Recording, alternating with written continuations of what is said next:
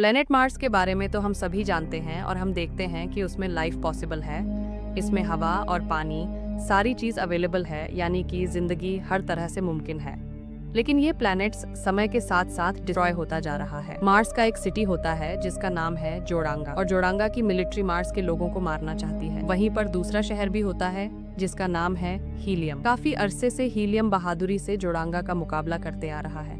फिर एक दिन दोनों शहरों की मिलिट्री के बीच वॉर हो जाती है, और तभी जोड़ांगा के किंग के पास 3 आदमी आते हैं, जिसमें लीडर का नाम सांग था। सांग बहुत सारी पावर्स का मालिक था और वह उसे वेपन के तौर पर उसे एक पावर देते हैं, और ये पावर बहुत तेज होती है।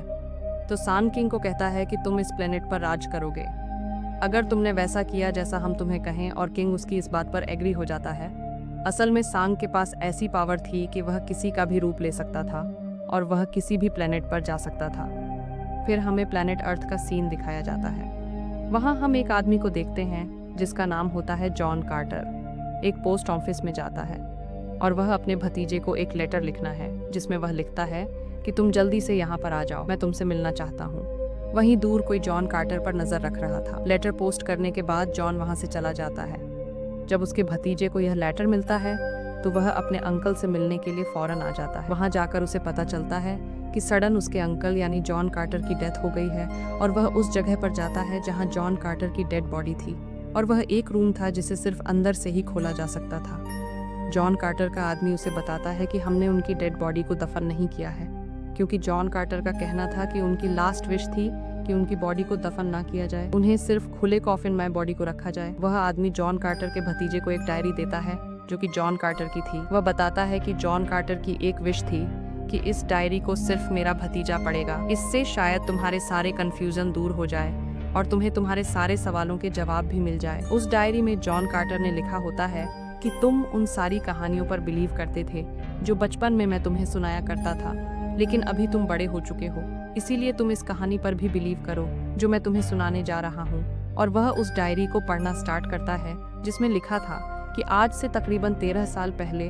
मैं एक सोने की खदान ढूंढ रहा था, लेकिन उसे कर्नल के लोग पकड़ लेते हैं और बंदी बना लेते हैं। असल में वह जॉन कार्टर को अपने साथ शामिल करना चाहते थे, लेकिन तभी वहाँ दुश्मनों के लोग आ जाते हैं जो कर्नल के सोल्जरों पर अटैक कर देते हैं। लेकिन जॉन कार्टर और कर्नल वहाँ से भागने में कामयाब हो जाते हैं और वह जाकर एक केव में छुप जाते हैं, और यह होती है वह सोने की केव जिसकी जॉन कार्टर को तलाश थी। वह पूरी केव सोने से भरी हुई थी। तभी कहीं वहीं से एक आदमी प्रकट हो जाता है जो जॉन कार्टर पर अटैक कर देता है और उसे जान से मारने की कोशिश करता है। जॉन कार्टर बहादुर होने के कारण उसे ही मार डालता है। वह आदमी सांग का साथी था। जॉन कार्टर जब उस आदमी को मार डालता है तो वह अपने गले से एक डिवाइस निकालकर एक्टिवेट करने लगता है, जिसमें ब्लू लाइट जलने लगती है और वह बिल्कुल स्लोली बोलता है बारसूम। लेकिन जॉन कार्टर उससे वह डिवाइस ले लेता है। फिर जॉन कार्टर भी कहता है बारसूम। बस ऐसा कहते ही जॉन कार्टर वहाँ से गायब हो जाता है और एक काफी बड़े डेजर्ट में आ जाता है। जॉन कार्टर यह नहीं जानता था कि वह यहाँ पर कैसे आ गया था, और यहाँ आकर वह बड़े बड़े जंप लगा पा रहा था। असल में वह इस वक्त मार्स यानी बारसूम में होता है, क्योंकि उसने बारसूम जो कहा था, और यहाँ पर ग्रेविटी कम होने की वजह से वह बड़ी बड़ी छलांगे लगा पा रहा था। लेकिन वह ये बात नहीं जानता था कि वह मार्स पर है। उसे इतने बड़े जंप लगाते हुए उस प्लेनेट के कुछ लोग देख लेते हैं, और वह लोग जॉन कार्टर के पास आ जाते हैं। इस कबीले के लोग काफी लंबे लंबे थे और इन्हें टार्कश कहा जाता है, और ये इंसानों जैसे तो बिल्कुल भी नहीं लग रहे थे। जॉन कार्टर कहता है कि मैं वर्जीनिया से हूँ, मेरा नाम जॉन कार्टर है। तो वह लोग जॉन कार्टर का नाम वर्जीनिया समझ लेते हैं, और उनका लीडर जॉन कार्टर को नहीं मारता क्योंकि वह बड़े बड़े जंप जो लगा पा रहा था। वह लोग जॉन कार्टर को पढ़कर अपने कबीले में ले जाते हैं, और जिस डिवाइस के जरिए जॉन कार्टर यहाँ पर आया था, उनका लीडर वह डिवाइस भी उनसे ले लेता है। आसमान में जोड़ांगा और हीलियम की फाइट हो रही होती है। हीलियम का किंग यह बात जानता था कि जोड़ांगा के किंग के पास नावी लाइट है जिसका कोई भी मुकाबला नहीं कर सकता, उसके आगे कोई नहीं टिकता। जोड़ांगा का किंग हीलियम के किंग से कहता है कि मैं तुम्हारी बेटी से शादी करना चाहता हूँ, और अगर ऐसा हो जाएगा तो मैं वादा करता हूँ कि मैं तुम्हारे काबिले को कोई नुकसान नहीं पहुँचाऊंगा। हीलियम का किंग इस बात पर एग्री हो जाता है कि वह अपनी बेटी की शादी जोड़ांगा के किंग के साथ करवा देगा, लेकिन प्रिंसेस इस शादी के लिए एग्री नहीं होती, इसलिए वह सबसे छुपकर भाग रही होती है। टार्कश का कबीला भी यह सब कुछ देख पा रहा होता है, और वह चाहते थे कि दोनों कबीले आपस में लड़कर मर जाएं ताकि मार्स पर हम राज कर सकें। भागते हुए प्रिंसेस प्लेन से गिरने वाली होती है। जॉन कार्टर सब कुछ अपनी दूरबीन से देख लेता है और वह अपने लंबे लंबे जंप लगाकर प्रिंसेस को बचा लेता है जोडांगा का किंग। यह देखकर नावी लाइट से जॉन कार्टर पर अटैक करने वाला होता है, जिस पर सॉन्ग कहता है कि ऐसा मत करो, मुझे यह आदमी सही सलामत चाहिए। जोडांगा का किंग जॉन कार्टर को पकड़ते ही वाला होता है कि नीचे से टारकश उन पर अटैक करने लगते हैं, इसलिए जोडांगा के लोगों को वहां से भागना पड़ता है। टारकश खुश हो जाते हैं कि वह जंग जीत गए हैं। टारकश चाहते थे कि जॉन कार्टर उनके लिए लड़े, लेकिन वह इस बात से साफ इनकार कर देता है, जिस पर टारकस कहते हैं अगर तुम हमारे लिए नहीं लड़े तो हम इस लड़की को मार देंगे, यानी कि हीलियम की प्रिंसेस को। इसीलिए जॉन कार्टर इस बात के लिए एग्री हो जाता है। प्रिंसेस जॉन कार्टर से पूछती है कि तुम इतने बड़े बड़े जंप आखिर कैसे लगा पाते हो। जॉन कार्टर कहता है कि मैं इस बारे में कुछ नहीं जानता, मैं अपने सोने की कैव की तलाश में था। प्रिंसेस से जॉन कार्टर को यह पता चलता है कि अब वह प्लेनेट मार्स पर है, अर्थ पर नहीं है, और इस बात से जॉन कार्टर काफी हैरान हो जाता है। लेकिन प्रिंसेस उस पर बिल्कुल बिलीव नहीं करती कि क्या वह वाकई प्लेनेट अर्थ से आया होगा। इसलिए प्रिंसेस पूछती है कि तुम इतनी दूर इस प्लेनेट में कैसे आए। जॉन कार्टर प्रिंसेस को वह डिवाइस दिखता है कि इसके थ्रू वह यहाँ पर आया था, और वह डिवाइस अब टारकश के लीडर के पास होती है। इसके बाद जॉन कार्टर, प्रिंसेस और एक टारकश लेडी मिलकर एक जगह पर जाते हैं। वहां जाकर उन्हें एक होली लीवर के बारे में पता चलता है, और वह एक दीवार भी देखते हैं जिसके जरिए जॉन कार्टर अर्थ पर वापस जा सकता है। फिर वह तीनों अपनी मंजिल के लिए आगे बढ़ जाते हैं। जर्नी के दौरान जॉन कार्टर को यह बात पता चल जाती है कि यह लड़की हीलियम की प्रिंसेस है, जो भागकर यहाँ पर आ गई है क्योंकि वह जोडांगा के किंग से शादी करना नहीं चाहती है। फिर वह लोग अपनी मंजिल तक पहुँच जाते हैं और वहाँ पर अजीबोगरीब चेंजेस होने लगते हैं। वह जॉन कार्टर की उस डिवाइस को लेकर जमीन पर लगा देती है, जिससे वहाँ पर और तब्दीलियां होने लगते हैं। एक प्लेनेट से दूसरे प्लेनेट तक जाने के लिए कुछ शब्द होते हैं। उन शब्दों को उस डिवाइस के साथ ही बोलना होता है। जब यह लोग वह शब्द पढ़ रहे होते हैं तो वहाँ पर सॉन्ग और उसके साथी आ जाते हैं। सॉन्ग अपने साथियों को ऑर्डर देता है कि प्रिंसेस और जॉन कार्टर दोनों को पकड़ लो। प्रिंसेस को पकड़कर वापस हीलियम भेज दिया जाता है, और साथ साथ जॉन कार्टर को भी पकड़ लिया जाता है। और जो उनके साथ तीसरी साथी, वह जो टारकश लेडी थी जो उनके साथ आई थी, वहीं पर कहीं छुप जाती है, और इसी वजह से वह बच जाती है। महल में प्रिंसेस जॉन कार्टर को बुलवाती है। जॉन कार्टर ये जानकर हैरान रह जाता है कि अब प्रिंसेस जोडांगा के किंग से शादी कर रही है। इसीलिए वह प्रिंसेस से पूछता है कि तुम ऐसा क्यों कर रही हो। इस पर प्रिंसेस कहती है कि तुम हम लोगों के लिए लड़ना नहीं चाहते हो, और तुम अपनी दुनिया यानी कि प्लेनेट अर्थ पर वापस चले जाओगे, और मैं जोडांगा के किंग से शादी कर लूं, यही मेरे लोगों के लिए बेटर होगा।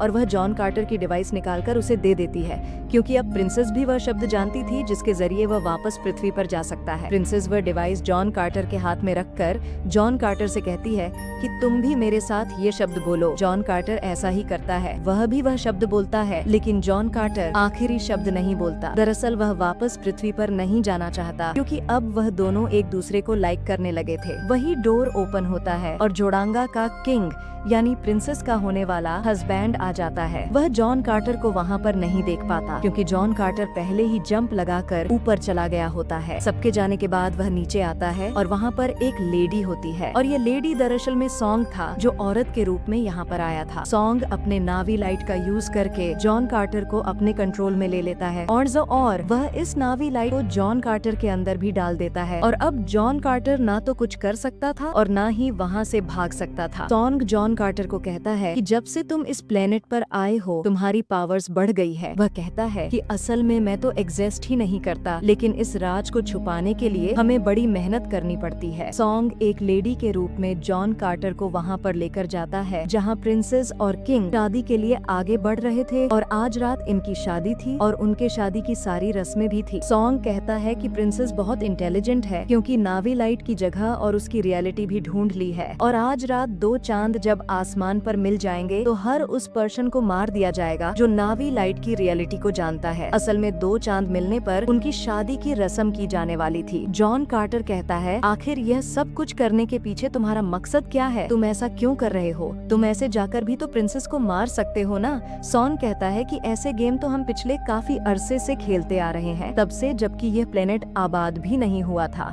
और ऐसा हम तब तक करते रहेंगे जब तक हम प्लेनेट अर्थ को भी डिस्ट्रॉय ना करता। इसका मतलब यह था कि वह इस प्लेनेट को डिस्ट्रॉय करने के बाद प्लैनेट अर्थ को भी डिस्ट्रॉय कर देंगे और यह उनका मिशन है, एक के बाद दूसरे प्लैनेट को डिस्ट्रॉय करना। और यह नावी लाइट उसी को देते हैं जो बेवकूफ हो और अमीर भी हो। और झोडांगा का राजा ऐसा ही है, साला अमीर भी है और बेवकूफ भी। सॉन्ग कहता है कि हम खास मकसद के लिए बनाए गए हैं, लोगों से उनकी ही दुनिया डिस्ट्रॉय करवाते हैं और इसी वजह से हमें ताकत भी मिलती है। सॉन्ग जॉन कार्टर को कहीं और ट्रांसपोर्ट कर रहा होता है, तभी वहाँ जॉन कार्टर का वफादार डॉग वहाँ आ जाता है और वह सॉन्ग के हाथ पर काट लेता है, जहाँ उसने वह नावी लाइट की डिवाइस लगाई हुई थी, जिसकी मदद से उसने जॉन कार्टर को कंट्रोल में किया हुआ था। डिवाइस हटते ही जॉन कार्टर अब उसकी कंट्रोल से बाहर आ जाता है और वह इन्हीं की एक एयरक्राफ्ट में बैठकर वहां से चला जाता है। लेकिन वह लोग जॉन कार्टर का पीछा करते हैं। जॉन की तीसरी साथी यानी कि वही मार्स फीमेल लेडी एक डेजर्ट में होती है और वह उस एयरक्राफ्ट पर गोली चलाती है जो कार्टर का पीछा कर रहा था और अनबैलेंस होकर जॉन कार्टर का भी एयरक्राफ्ट क्रैश हो जाता है। जॉन कार्टर कहता है कि मुझे प्रिंसेस को बचाने के लिए पूरी फौज चाहिए। जॉन कार्टर फिर टार्कश के पास जाता है और जब वह वहां पर पहुंचता है तो उसे बंदी बना लिया जाता है, क्योंकि जो टार्कश का पुराना किंग था उसे भी वह लोग बंदी बना लेते हैं और एक दूसरा टार्कश उनको धोखा देकर खुद किंग बन जाता है। और वह जॉन कार्टर को लाइक नहीं करता था, इसलिए वह उसे मारना चाहता था। लेकिन पुराने टार्कश के किंग को जॉन पर भरोसा था कि वह हमारी रिस्पेक्ट वापस दिला सकता है। फिर जॉन कार्टर और पुराने किंग को एक एरिना में एक मॉन्स्टर जैसे जानवर के साथ छोड़ दिया जाता है, लेकिन जॉन कार्टर उसे मार देता है और वह उस टार्कश राजा को भी मार देता है जो पुराने राजा की जगह खुद राजा बन गया था। अब दोबारा से उनका वह पुराना वाला किंग फिर से किंग बन जाता है। जॉन कार्टर प्रिंसेस को बचाना चाहता था, क्योंकि आसमान में दोनों चांद के मिलने से प्रिंसेस की शादी की रस्म हो जाएगी और सॉन्ग प्रिंसेस को मार डालेगा। लेकिन शादी की रस्म होने से पहले ही जॉन कार्टर वहां पर पहुंचे जाता है। वह कहता है यह जो कुछ भी हो रहा है असल में ये एक साजिश है, क्योंकि जोडांगा के लोग हीलियम पर अपना कंट्रोल कर लिया है और तुम्हारी शादी की रस्म होते ही वह हीलियम पर अटैक कर देंगे। जोडांगा का किंग तलवार निकाल लेता है और तभी वहां पर वॉर स्टार्ट हो जाती है। हीलियम का साथ देने के लिए टार्कश की फौज भी वहां पर आ जाती है। दोनों कबीले एक होकर जोडांगा का नामो निशान मिटाने के लिए उनका मुकाबला करती है। जॉन कार्टर जोडांगा के किंग को मार देता है, लेकिन सॉन्ग प्रिंसेस के रूप में आकर प्रिंसेस को तलवार रख देता है। मगर प्रिंसेस सांग की वह नावी लाइट वाली डिवाइस को निकाल लेती है जो कि सॉन्ग के कंट्रोल में थी और वह उस डिवाइस को निकालकर फेंक देती है। लेकिन सॉन्ग बड़ी चालाकी से फिर से उस डिवाइस को ले लेता है। जॉन कार्टर उसे मारने ही वाला था कि तभी वहां से वह गायब हो जाता है। बाद में जॉन कार्टर और प्रिंसेस की शादी हो जाती है। उसी रात सॉन्ग वहां पर किसी और रूप में आता है और वह जॉन कार्टर के चेस्ट में हाथ रखकर वह शब्द बोलते हैं कि जिससे वह वापस प्लैनेट अर्थ पर आ जाए, और वह जॉन कार्टर को वापस अर्थ पर भेज देता है। जब जॉन कार्टर की आंख खुलती है तो वह खुद को इस सोने की केव में पाता है जिसे वह इतने अर्श से ढूंढ रहा था। मगर वह वापस मार्स में जाना चाहता क्योंकि उसकी वाइफ प्रिंसेस मार्स पर थी, लेकिन अब उसके पास वह डिवाइस नहीं थी जिसके थ्रू वह वापस जा सकता। फिर जॉन कार्टर 10 साल वह डिवाइस ढूंढता रहता है और फाइनली उसे वह डिवाइस मिल भी जाती है। यह सारी कहानी जॉन कार्टर का भतीजा पढ़ रहा होता है। जॉन कार्टर ने लिखा होता है कि अब तुम जान चुके होंगे कि मैं क्यों कह रहा था कि मेरी डेड बॉडी को नहीं दफनाना, क्योंकि अगर मेरी बॉडी यहाँ पर डिस्ट्रॉय हो जाती तो मैं मार्स पर भी डिस्ट्रॉय हो जाता, और जहाँ मेरी डेड बॉडी का कॉफिन है उसकी चाबी तुम खुद हो, और अब मेरी डेड बॉडी की हिफाजत की रिस्पॉन्सिबिलिटी तुम्हारे ऊपर है। जॉन कार्टर का भतीजा देखता है कि उस रूम के डोर पर कुछ अल्फाबेट्स हैं और वह उन अल्फाबेट्स से अपना नाम लिखता है, मगर वह दरवाजे ओपन नहीं होता। फिर वह अपना निक नेम वहाँ पर लिखता है जिस नाम से जॉन कार्टर उसे बुलाया करता था, और वह नाम लिखने से वह डोर ओपन हो जाता है। लेकिन पीछे से एक आदमी आकर उसे मारने ही वाला होता है कि उस आदमी को किसी ने गोली मार देता है और वह मर जाता है। जॉन कार्टर का भतीजा देखता है कि जॉन कार्टर अभी भी जिंदा है और उस आदमी के पास जाता है जिसको उसने अभी मारा है, और वह उसके कोट से वही डिवाइस निकलता है जिसके जरिए वह मार्स जा सकता है। और यह आदमी जो मरा हुआ था वह सॉन्ग था, जो रूप बदलकर यहाँ पर आया हुआ था। अब क्योंकि सॉन्ग किसी भी प्लेनेट में जा सकता था और कोई भी रूप रख सकता था, इसीलिए वह जॉन कार्टर का पीछा करते करते यहाँ भी आ गया था। यहाँ पर जॉन कार्टर अपने मिशन में कामयाब हो जाता है और अपने भतीजे को कहता है कि कोई किताब लिखो, किसी से प्यार करो और जिंदगी का कोई मकसद बनाओ। जॉन कार्टर उस डिवाइस को लेकर इस रूम के ताबूत पर लेट जाता है और वह फिर से मार्स पर चला जाता है, और यहीं पर ये मूवी एंड हो जाती है। मूवी आपको पसंद आई हो तो प्लीज लाइक करें। आपका एक लाइक हमारे लिए काफी महत्वपूर्ण है, कृपया लाइक जरूर करें।